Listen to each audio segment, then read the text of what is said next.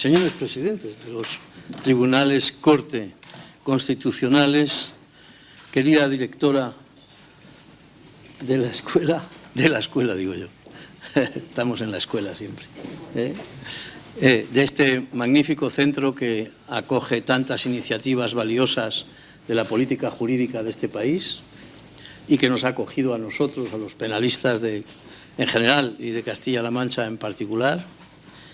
Los programas, señor embajador, se dice en español, para el poco tiempo que lleva toreando,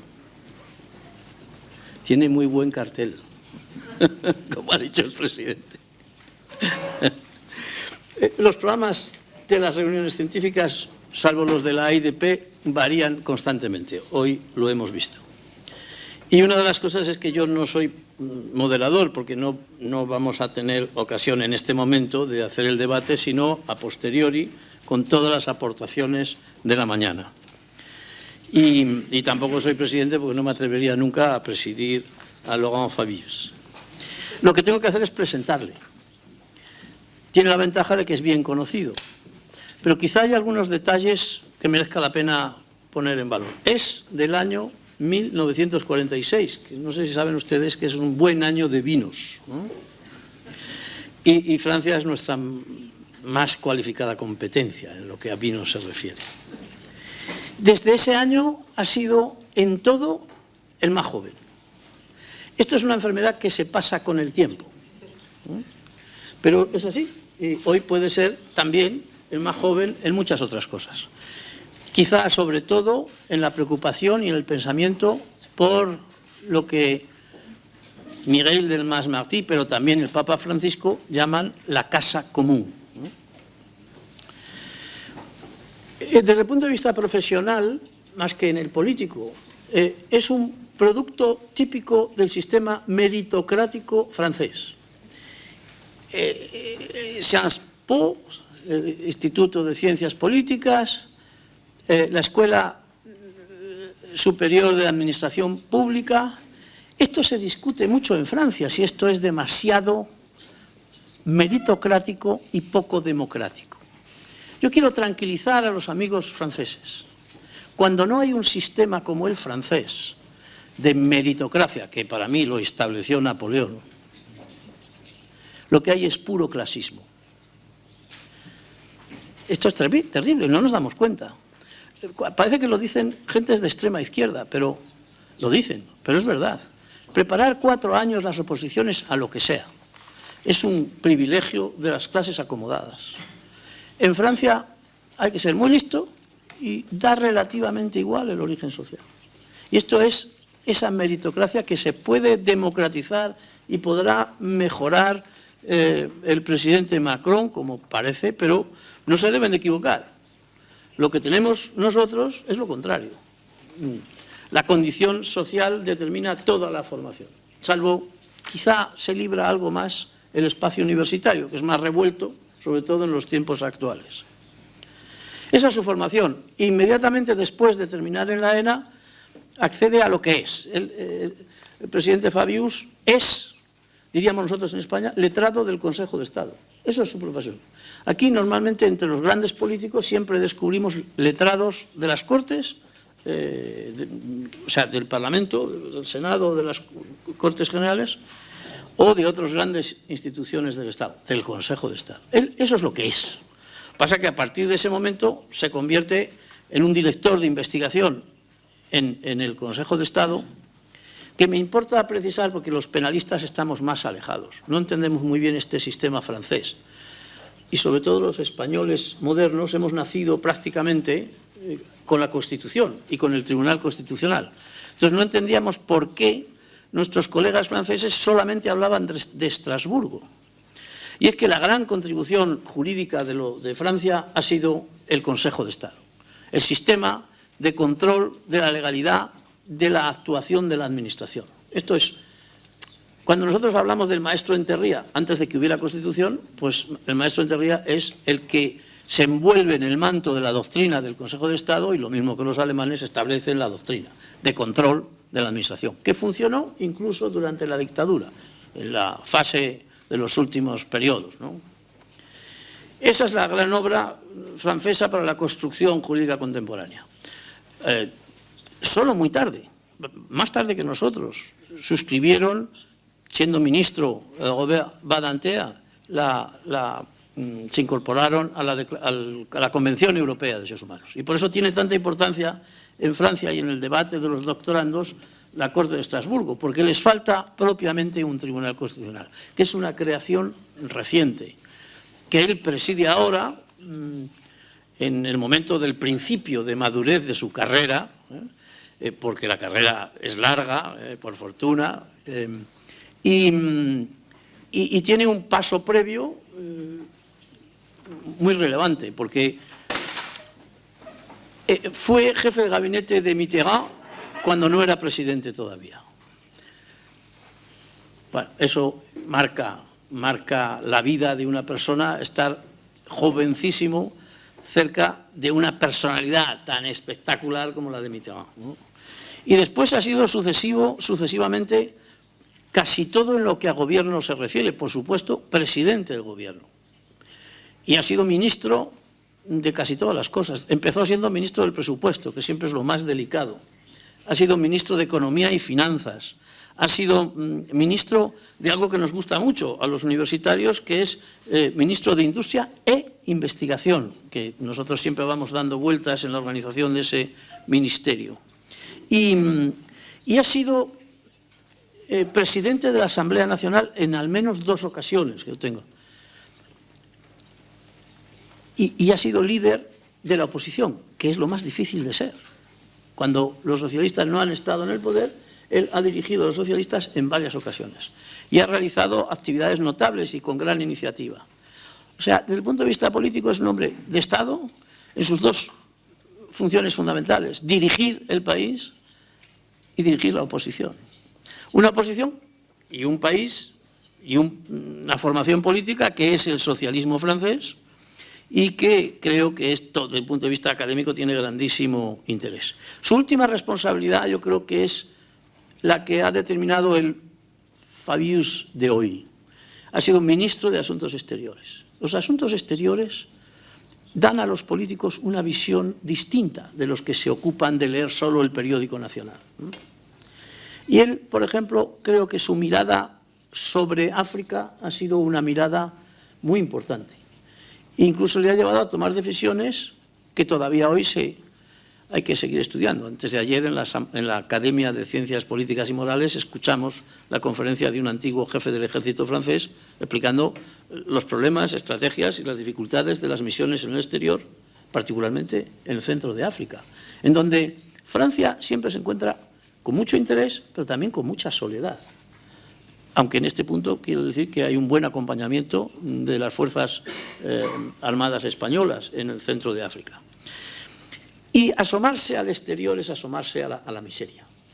Él ya tenía una ventaja, y es que era socialista, que eso, aunque hoy las ideologías son muy complejas, eso es una buena cosa para captar la miseria y sobre todo sus soluciones. Y es ahí donde topa, siendo ministro de Asuntos Exteriores, con la realización de la COP21. Y yo creo que esa es su gran contribución. Él habrá hecho muchas, pero no se le podrá olvidar que fue el responsable de que hubiera por primera vez un acuerdo de más de 50 países para poner orden o intentar dar los primeros pasos serios para poner orden en el cuidado del planeta. De ahí pasó al Consejo Constitucional, que es un tribunal constitucional limitado a los juicios de inconstitucionalidad, digamos, a los recursos de inconstitucionalidad. Nosotros tenemos también el amparo, aunque el amparo casi creíamos que se iba a disolver, extinguir el Estado, y lo que se está extinguiendo es el recurso de amparo. Pero no está mal tampoco que trabaje bien y con serenidad el Tribunal Constitucional. Esa es su responsabilidad actual. ¿Y qué es lo que quedará para las generaciones siguientes? A mí me gusta una autodefinición. Las autodefiniciones son siempre complejas. Pero él dijo en una ocasión que él era un socialista moderno, un pragmático y un enamorado de la libertad. Señor presidente. Sí.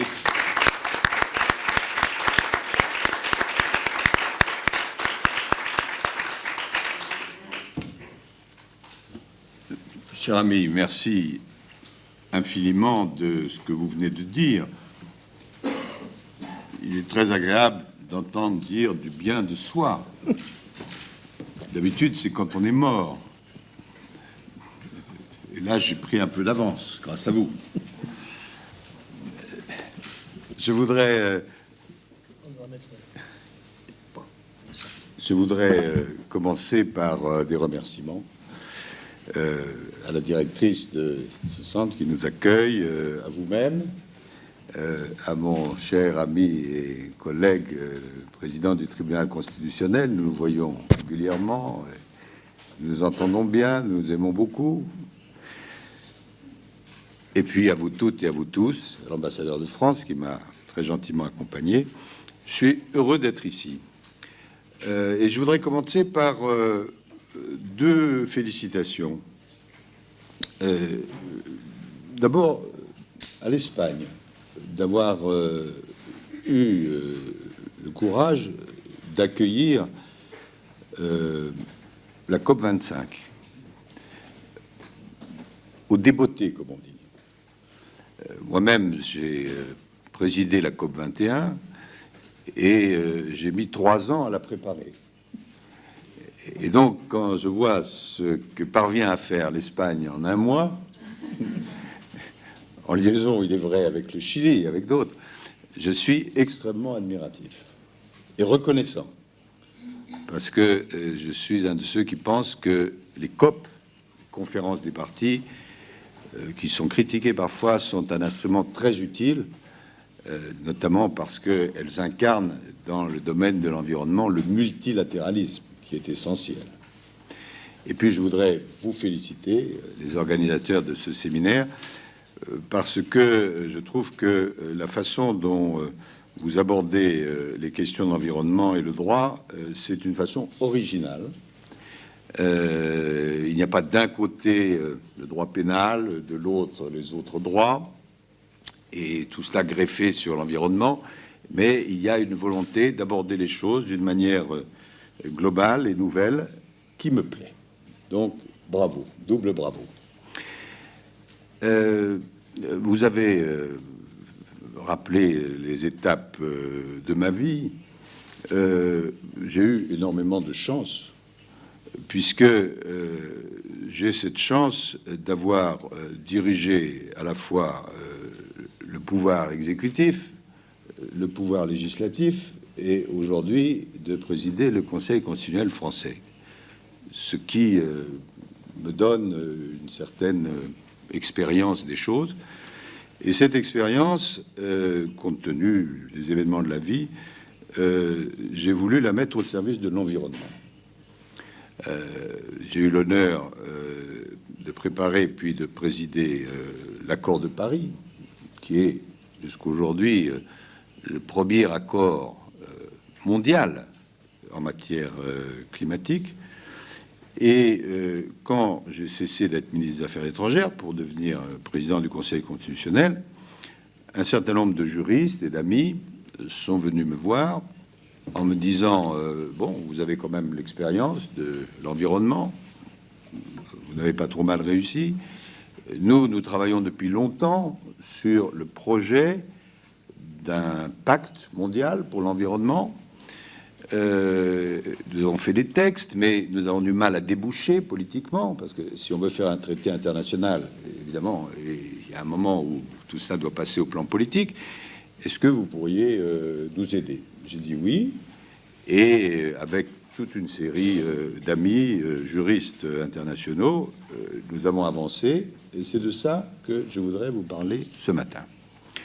J'ai pas besoin d'être long pour dire que la situation de l'environnement, et singulièrement la situation du climat, est grave et, d'une certaine manière, extrêmement paradoxale. Pourquoi je dis grave? Il suffit de regarder autour de nous. Maintenant, beaucoup de gens, sauf ceux qui ne croient pas à la science, savent que l'homme, l'humanité, les actions humaines sont en train de menacer la vie humaine elle-même. Non pas la disparition de la planète, comme on dit parfois, la planète continuera d'exister, même si elle est défigurée, amputée. Mais les hommes et les femmes, et singulièrement les plus pauvres et les plus précaires, risquent, si on n'arrive pas à réguler le réchauffement climatique, de ne plus pouvoir vivre décemment ou de ne plus pouvoir vivre tout court. C'est ça l'enjeu, avec des aspects économiques, des aspects sanitaires, des aspects de vie quotidienne et des aspects aussi de sécurité. Vous avez parlé de l'Afrique. Il est évident que si le dérèglement climatique continue, avec les conséquences tragiques qu'il a sur l'eau, sur les récoltes, sur l'agriculture, sur les migrations, les problèmes de sécurité vont se poser d'une façon absolument effrayante. Donc, je n'ai pas besoin d'être long là-dessus. Les journaux, la presse font leur travail pour expliquer la gravité de la situation. Et là où je dis qu'elle est paradoxale, c'est que d'un côté, elle est extrêmement grave. D'un autre côté, nous avons réussi collectivement à Paris à fixer des objectifs assez précis, maintenant qu'ils sont dans les têtes, pas plus d'une augmentation de température de 1,5 degré ou 2 degrés à la fin du siècle, 100 milliards de dollars par an au moins des pays riches vers les pays pauvres pour le climat, chaque pays devant fournir des engagements pour le futur. Tous les 5 ans, ces engagements devront être renouvelés vers le haut. Donc, les objectifs sont fixés, seulement ils ne sont pas du tout respectés. Donc, d'un côté, vous avez des objectifs internationaux fixés, de l'autre, une situation extrêmement grave, et puis c'est là où est le contraste, la contradiction, le paradoxe, des États, pas seulement des États, des acteurs qui ne respectent pas ce qui a été décidé. Et c'est là où le droit dont vous allez parler, nous allons parler toute la journée, intervient. Si on veut redresser cette situation, pas seulement pour le climat, mais pour l'environnement en général, il faut utiliser toutes les armes qui sont à notre disposition en tant qu'être humain. Alors, il y a l'arme technologique, il y a l'arme économique, il y a l'arme diplomatique, mais il y a aussi l'arme juridique. Et le droit ne peut pas rester comme cela, les bras ballants, si je puis dire, devant une situation aussi grave. C'est la raison pour laquelle, en matière pas seulement de climat, mais d'environnement, depuis déjà pas mal d'années, les juristes réfléchissent à la notion d'un pacte mondial pour l'environnement. En anglais, Global Pact for the Environment. D'où vient cette idée? L'idée vient non seulement de la conscience que le droit a quelque chose d'important à apporter, mais du fait que l'environnement est un domaine spécifique et triplement spécifique, ou plutôt où une approche globale est triplement nécessaire. Pourquoi? D'abord, il existe bien sûr beaucoup de conventions sectorielles internationales en matière d'environnement. On dit plus de 500. Mais, comme leur nom l'indique, elles sont sectorielles, c'est-à-dire qu'elles concernent un domaine particulier. Oui, mais voilà, dans le domaine environnemental, plus on creuse le sujet, plus on s'aperçoit que les différents aspects de ce qu'on appelle l'environnement sont connectés entre eux. Prenons un exemple. Le climat d'un côté et ce qu'on appelle la biodiversité de l'autre. Plus les chaleurs augmentent, plus la diminution des espèces est ravageuse. Et plus la diminution des espèces, que ce soit animales, végétales ou autres, est ravageuse, plus le dérèglement climatique est grave. Or, si vous avez des conventions sectorielles, mais s'il n'y a pas une approche globale des interactions, vous passez à côté d'une partie de la question. Donc, il y a, par nature, dans le domaine environnemental, une première globalité, qui est la globalité de la matière elle-même. Il y a une deuxième globalité qui est assez spécifique à ces questions d'environnement, parce que par définition, les questions environnementales ne s'arrêtent pas aux frontières. Vous pouvez mettre des douaniers à toutes les frontières et même augmenter leur nombre. Les questions de réchauffement climatique, de pollution de l'air, de pollution de la terre, de pollution de la mer ne s'arrêtent pas aux frontières. Et donc l'idée qu'il y a une globalité physique et d'une globalité territoriale s'impose.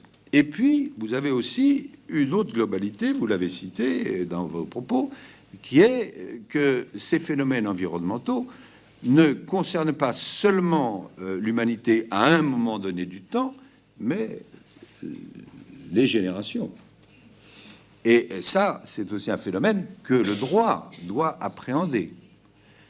Donc, par rapport à des phénomènes spécifiques en matière environnementale, qui sont que les domaines sont interconnectés, les limites géographiques n'existent pas vraiment, et la séparation entre les générations non plus, la nécessité d'une approche universelle, globale, en matière d'environnement s'impose. Alors à partir de là, tout un travail a été fait, qui remonte à longtemps, mais qui a été maintenant ajusté, pour définir, par un avant-projet de texte, qui a vocation à être un traité international, ce que pourraient être les droits et les devoirs en matière d'environnement. En bon français, umbrella text for the environment. Ces principes, à la fois en termes de droits et de devoirs, ne sont pas nés de l'imagination un beau matin d'un certain nombre de juristes.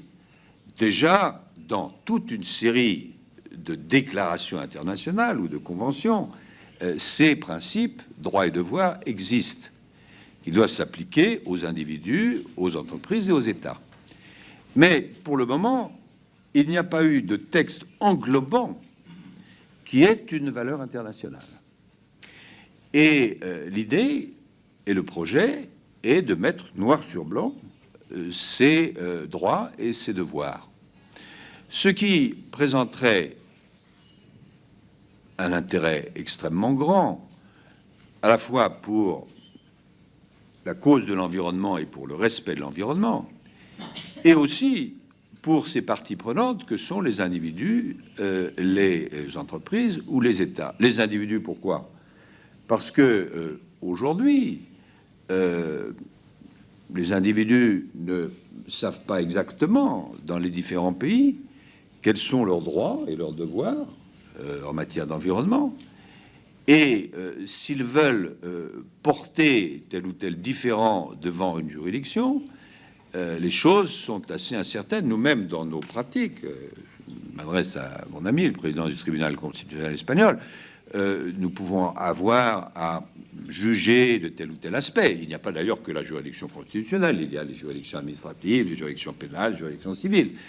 Mais à quel principe allons-nous nous référer ? À tel ou tel article de la loi nationale, à tel ou tel principe de déclaration internationale.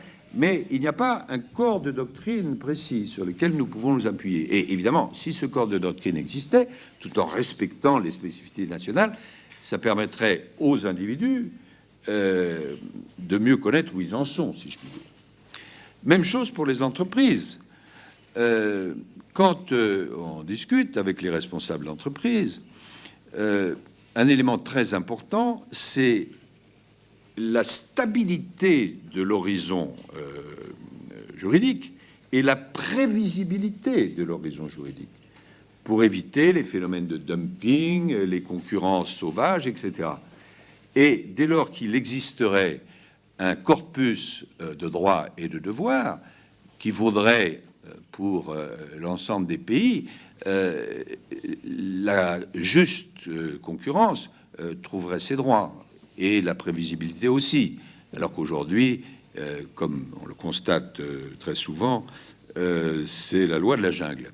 Et pour les États aussi, un État doit savoir quels sont ses droits, quels sont ses devoirs. Il n'a pas tous les droits, il a aussi des devoirs. Et dès lors que un texte d'ensemble existerait, même s'il peut être adapté en fonction des spécificités nationales, il y aurait une possibilité de faire progresser l'environnement et en même temps de mettre en cause l'État lorsqu'il doit être mis en cause.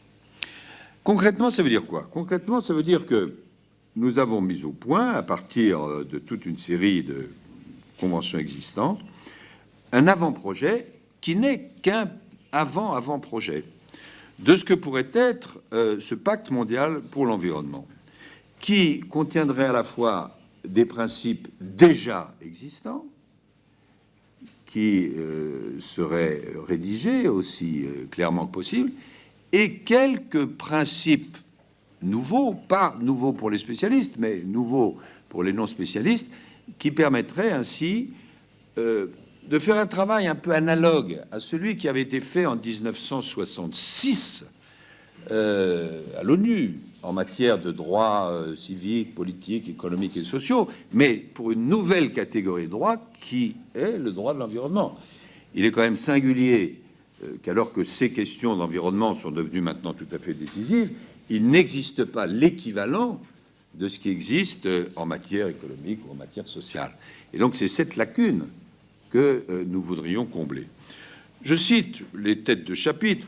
Nous avons fait un avant-projet qui contient une vingtaine d'articles courts. L'article premier, c'est la définition d'un droit à un environnement écologiquement sain, où nous reprenons d'ailleurs des éléments qui se trouvent déjà dans les déclarations de Rio, dans les déclarations de Stockholm, etc. L'article 2, c'est le devoir de prendre soin de l'environnement. L'article 3 concerne l'intégration et le développement durable. L'article 4, c'est ce que nous appelons l'équité intergénérationnelle. Je cite le texte qui est proposé. L'équité intergénérationnelle doit guider les décisions susceptibles d'avoir un impact sur l'environnement.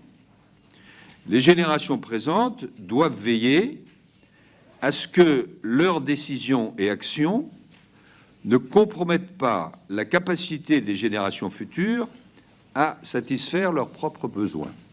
C'est la traduction juridique de ce qui avait été très bien défini par Madame Brundtland, vous connaissez, la commission qui a donné lieu à la notion de développement durable, et aussi sur le plan philosophique, la traduction juridique d'une pensée comme celle du philosophe allemand Jonas sur le principe de responsabilité. L'article 5 porte sur le principe de prévention, qui est bien connu des spécialistes du droit en matière d'environnement. L'article 6 est plus audacieux, il porte sur le principe de précaution. L'article 7, les dommages à l'environnement. L'article 8 définit, à chaque fois en 3 lignes, le principe pollueur-payeur. L'article 9 porte sur l'information du public. L'article 10 sur la participation du public. L'article 11 sur l'accès à la justice en matière environnementale. Compte tenu du fait que vous êtes tous des spécialistes, je vous lis ce court article. Les parties veillent à garantir un droit d'accès effectif et à un coût abordable aux procédures administratives et judiciaires, notamment pour des réparations et des recours, pour contester les actions ou omissions des autorités publiques ou des personnes privées qui contreviennent aux droits de l'environnement, prenant en considération les dispositions du présent pacte. L'article 12 porte sur l'éducation et la formation, l'article 13 sur la recherche et l'innovation, l'article 14, qui est une novation en matière de droit international, même si nous avions déjà dit cela dans l'accord de Paris, porte sur le rôle des acteurs non étatiques et des entités infranationales, l'article 15 sur l'effectivité des normes environnementales, l'article 16 sur le principe de résilience, l'article 17, très controversé, sur un nouveau principe que nous appelons le principe de non-régression, qui signifie quoi? Je vous le lis. Les parties et les entités infranationales des États parties s'abstiennent d'autoriser des activités ou d'adopter des normes ayant pour effet de diminuer le niveau global de protection de l'environnement garanti par le droit en vigueur. Ça veut dire quoi? Ça veut dire que autant nous reconnaissons le droit à un État de prendre des normes en matière environnementale, c'est la souveraineté, autant par ce traité international, ce projet, nous disons que ces normes prises au niveau national ne peuvent pas diminuer le niveau de protection globale de l'environnement une fois ces normes mises en application. En clair, M. Trump peut prendre des décisions nationales, mais si, ce qui n'arrivera pas, il signait ce traité international, il ne peut pas prendre des normes qui aient pour effet de diminuer la protection globale de l'environnement dans son pays. Évidemment, c'est un principe qui est discuté. Il ne s'agit pas de porter atteinte à la souveraineté, mais il s'agit de concilier la souveraineté avec ce droit fondamental qui est le droit à l'environnement. L'article 18 porte sur la coopération, l'article 19 sur les conflits armés. J'ai moi-même, ayant l'expérience concrète du gouvernement, fait en sorte que la rédaction de cet article ne soit pas naïve. Une rédaction proposée, je me moque de moi-même, disait que dans les conflits armés, il faut faire attention à l'environnement. Bon, je pense qu'il ne faut quand même pas s'exposer au ridicule, et donc la rédaction est différente. Elle dit « Les États doivent prendre, conformément à leurs obligations de droit international, toutes les mesures possibles pour protéger l'environnement en relation avec les conflits armés. » C'est la différence entre un texte qu'on rédige pour se faire plaisir et un texte qu'on rédige pour qu'il puisse être adopté. L'article 20 porte sur la diversité des situations nationales. Et là, évidemment, il y a un travail de dentelière à faire pour que, à la fois, il y ait une approche mondiale et qu'en même temps, il n'y ait pas de contradiction avec un droit national à établir des règles. C'est une des difficultés principales. Mais nous avons cherché le point d'équilibre. L'article 21, qui n'est à ce stade pas encore très satisfaisant, sur le suivi de la mise en œuvre du pacte, ça, je pense qu'il faut laisser les choses assez ouvertes à ceux qui discuteront du pacte. L'article 22 porte sur le secrétariat et les 4 articles portent finaux sur la signature, la ratification, l'entrée en vigueur, etc. Bon.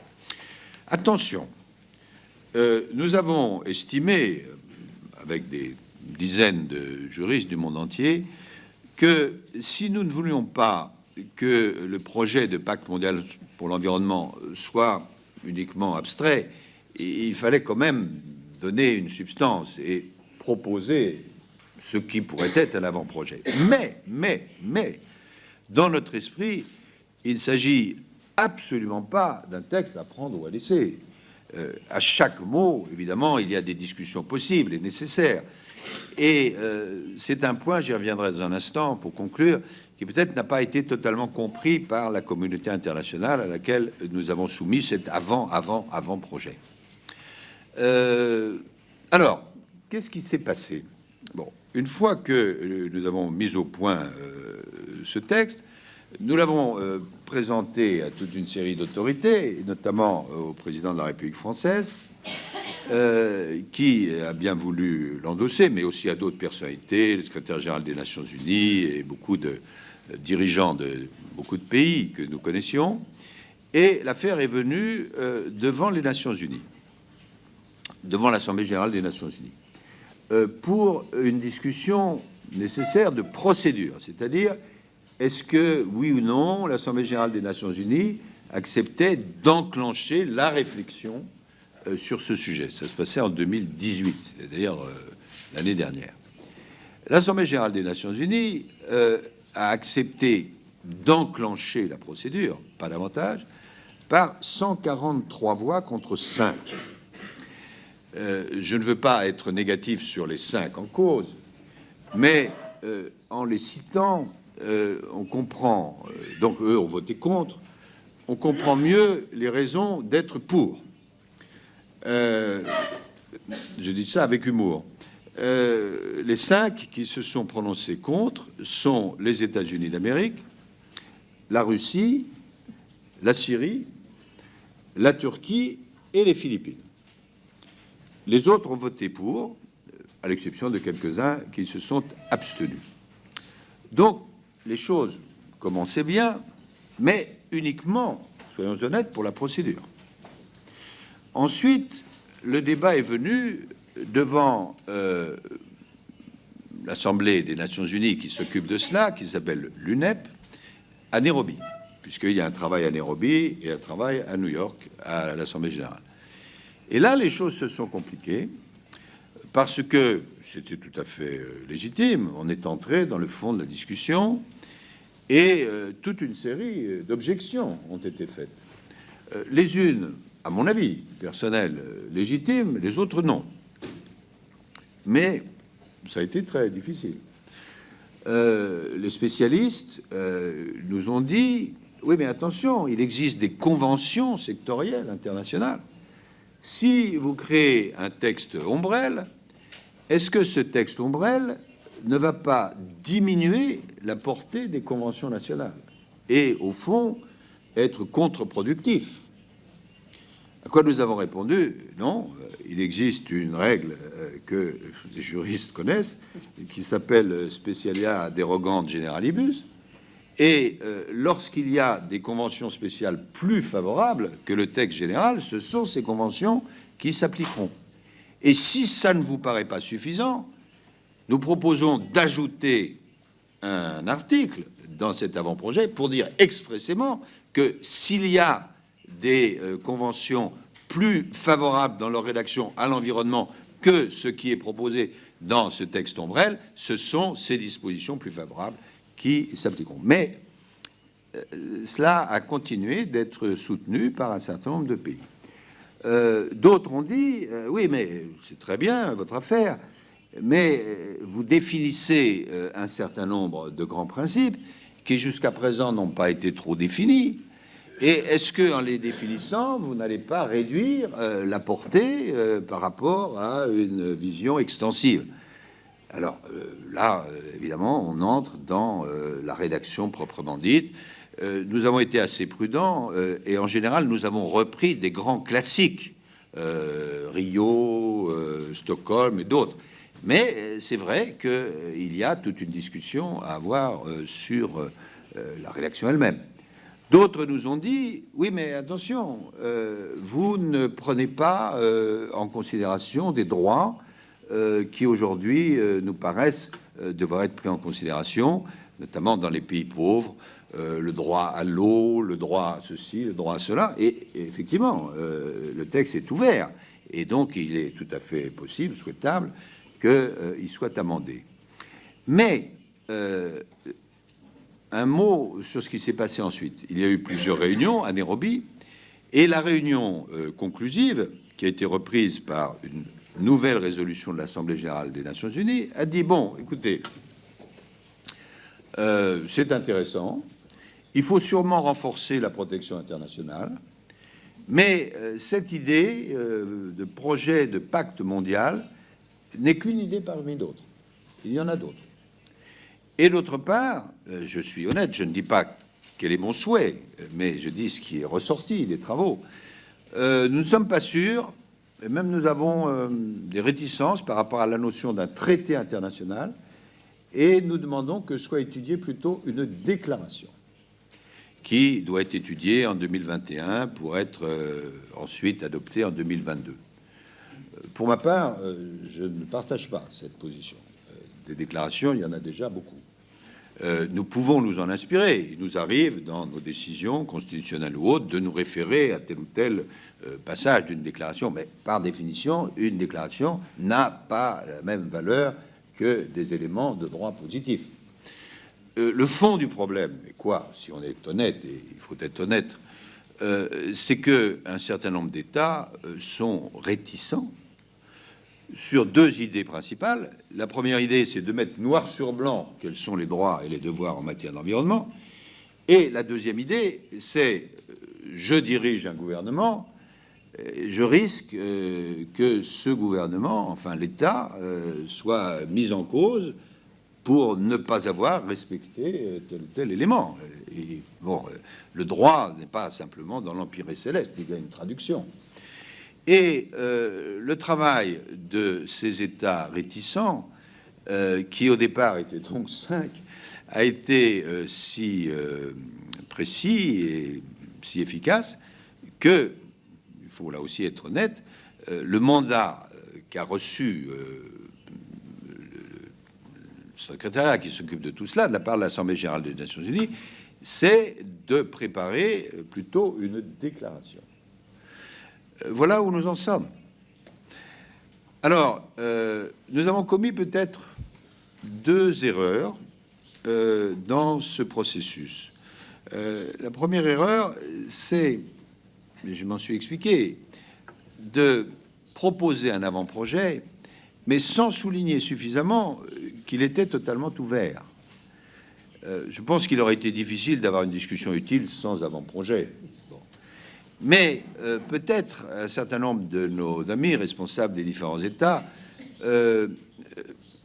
ont perçu, ce qui est erroné, que c'était soit ce texte, soit rien du tout. Pas du tout. Les choses sont ouvertes. Et peut-être ne l'avons-nous pas assez dit. Une autre erreur que peut-être nous avons commise, c'est la diplomatie, ce sont les diplomates qui se sont saisis de ce texte. Moi-même, je ne suis pas apparu. C'est que c'est apparu un petit peu comme une proposition franco-française, bon, trop française, alors que, par définition, cette proposition a vocation à être internationale et universelle. De ce point de vue-là, l'Europe, qui, je pense, jouera dans la COP25 un rôle très important et positif. Je rencontrais hier Franz Timmermans, qu'on a cité, et comme vous le savez, l'Europe, à la fin de la COP, va faire des propositions dont je pense qu'elles seront audacieuses et positives. L'Europe s'est divisée sur cette affaire-là. Et en particulier, nos amis allemands ont été beaucoup plus réticents que d'autres en disant « Nous, c'est pas notre coutume. Vous savez, les conventions internationales sectorielles, c'est quand même utile. Est-ce que là... on n'est pas un petit peu trop en droit positif, l'influence de la common law, etc. Enfin bon, toute une série de choses. Bon, toujours est-il que l'affaire est maintenant sur la table, mais les deux problèmes qui se posent, le premier, qui résume tout, c'est est-ce que oui ou non la communauté internationale va s'engager là, et le deuxième problème, quelle sera la forme de cet engagement? Est-ce que ce sera une déclaration ou est-ce que ce sera un aspect de droit plus solide, si je puis dire, qui, bien sûr, soyons réalistes, dans un premier temps, ne sera certainement pas accepté par tous les pays. Les États-Unis ne signent pas de traité international, d'autres seront réticents avec ça. Mais qui, évidemment, s'il s'agissait de droit positif, aurait une valeur d'entraînement, il faut penser avec le temps, qui serait considérable et qui pourrait être repris, bien sûr, par les tribunaux dans leurs décisions. Voilà comment se pose la question de ce pacte mondial sur l'environnement qui me paraît devoir être adopté sous telle ou telle forme parce que s'il existe un sens à l'histoire, c'est dans le sens de l'histoire.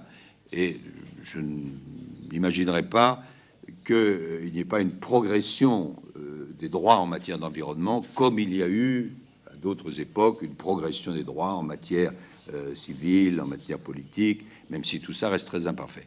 Mais la question qui n'est pas indifférente est de savoir quelle sera la forme de ce pacte et à quel moment il pourra être adopté. Car ce n'est pas exactement la même chose pour le monde et qu'il soit adopté dans 2 ou 3 ans ou dans 20 ou 30 ans. car en attendant, les dégâts à l'environnement et singulièrement au climat se seront manifestés. Voilà quelques éléments de réflexion, et en appelant bien sûr les juristes que vous êtes à le nourrir de vos réflexions, et si vous partagez le sentiment de sa nécessité, à l'appuyer. Merci beaucoup.